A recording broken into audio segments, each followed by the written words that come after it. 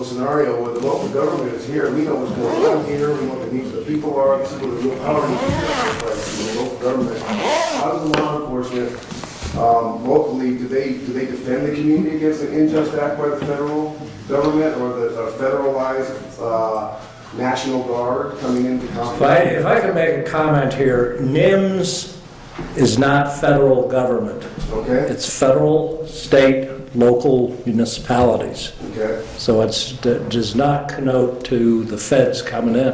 Okay, but hold on, but wait, hold on. Let's calm it down a little bit and let's make sure that we get to the root of the matter. Because what I'm hearing from you is that you're saying that if the federal government comes in and does something that circumspects what we have already established here, what are they going to do about it? Where does law enforcement stand for the local community, protecting them ultimately, or do they take command from the federal government and then arrest people for saying, no, you can't have my provision?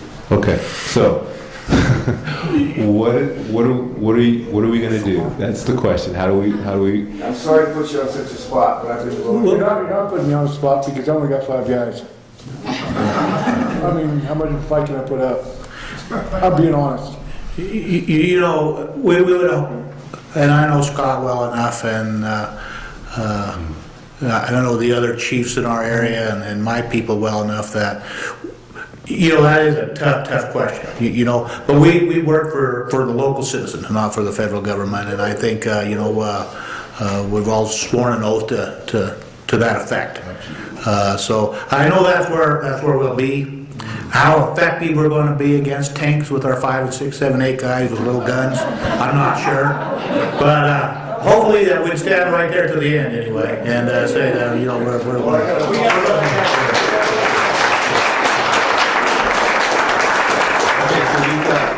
so we've got less than 5 minutes left, but I want to make sure that Peace, you were heard. I want to make sure that you were heard, and I also want to make sure that as a panel, that you realize that you're not alone in this community, and I believe that this community wants to make sure that if per se that were to happen, that you have a community that can back you up, and we want to make sure that that comes across. If anything tonight that you all realize is that as a community, the reason why we're here and the reason why we want you up here is because we want you to know that we have your back. That's obvious. So we want to make sure about that.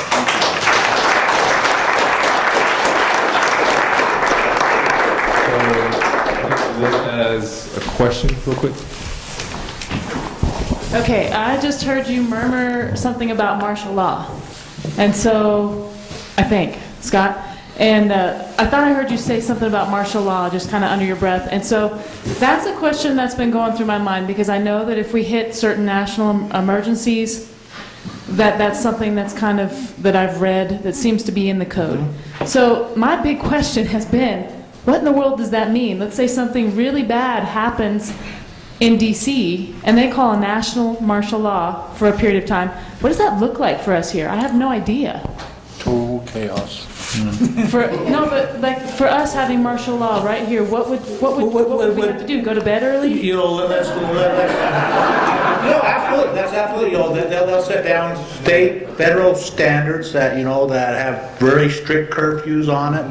Probably when this happens, we'll all be grabbing our guns. There are going to be a whole bunch of guys running around with little blue semi-helmets out there that say UN on them. So, you know, I'll be over at KVNF doing my jazz show.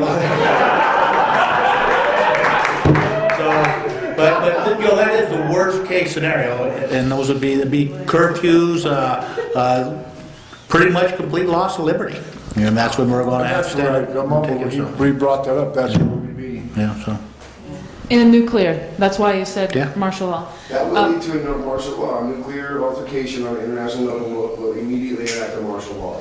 So is there anywhere we can go to like understand what's written, what would be enforced, so that we can just have an idea of what that means? I would tend to doubt it. No central information. I've got a library at home with 150 books about the time period 2000, 2011, and I still can't figure out what the hell happened. But I'll give you the straight shot. all the handcuffs are off overseas, and it is what it is here. And I respect local authorities and will depend upon them to keep me and my family and my 2 dogs safe. And that's all you can. There's so much fog out there, politically, etc., that I think it's don't take this the wrong way, a waste of time to try to pin something down. I'll give you some good books to read, though. Scare the daylights out of you. Well, and I think that what he's saying is really kind of where we've come to when we teach the Be Ready Compass. We teach the northern exposure of that compass, and it's the most important part. And the priority is that spiritual, mental, psychological, moral compass kind of preparation that on a human level we all have to do, no matter our position. And that's why it's okay to be That was well involved. said. So it's okay to not know, but sometimes it's okay to want to know a little more. It can help you prepare, but to be okay with not knowing. So I have really enjoyed this evening. I hope that our esteemed panel up here has. I know for me, speaking from my heart, I feel an affinity and a connection with you guys that I think that all of us want to find practical ways to continue. We don't want this just to be one of the things that we've come down to. We've met 4 times. We're like, we don't want to just talk. We want to act. And so I'm glad you gave us your home phone, because I can call you early in the morning. And no, but really, we are going to be bugging you guys for a while, if that's okay, so that we can get some marching orders, so that we can get prepared, so that we can begin to flesh out trust and communication and all those things in advance, so that when things go down, I'll know what Scott laughs at, so I can go tell him a joke. And he can calm down a little bit. I mean, not all of us can be everything to everybody, but we all have our part to play. And we thank you for playing your part, and we're hoping that we can be a part of the team, part of the community team here. So, I don't know if you have anything else. What we would like to end on, because it's a little bit after 8:30, is the next step. It sounds like, from what Barbara's saying, is that things are going to be mailed out or passed out in November. Do you know approximately when in November? As soon as I sit down and write the comprehensive plan. Need a massage? Not yet. Okay. Thank you very much for that. And then for us as a community, we have started discussing aspects within our community that people are trying to do research on as far as the needs, whether it's water or food or different aspects like that. Is there anything that you could tell us now that are some gaps that you see within our community that you would say, hey, we need this addressed immediately, as soon as possible? You know, Rob touched on earlier, get your cell phone registered. You know, that's important. That gives us the ability to do the reverse 911, for lack of better target notification, that we can inform you quickly of a pending or a disaster that's occurring in your neighborhood, or from as big as that as to be on the lookout for a lost or missing child that's walking through your block. So those are little things you can do. Consider getting your skills up on your first aid, CPR. Okay. You know, those are things that are very easily done, and you can get the instructors right in here. You know, the NIMS classes, you know, just so that you understand, if you show up at a staging area and somebody referring you off to finance or to some other area where your expertise may be, you have an understanding how the system works. You don't have to become experts in it, but you at least have an understanding of why we use it and how it keeps us, how we manage a situation. So things like that. Then continue having these meetings. You know, that's get every group you can think of in here. You know, get the commissioners and your city councilman in next and ask them the same type of question. What are you doing to make sure that we're prepared? You know, our local health departments, mental health groups that come in and talk to them and say, well, how do we prepare for mental health situations in a disaster? So, yeah, I think these meetings are terrific, yeah, congratulations, great job, and there's just lots of learning we can do, so. That sounds great, thank you. I'd like to add on, fuel mitigation. Yeah. Because there's a lot of areas that's got real heavy fuel loading by home.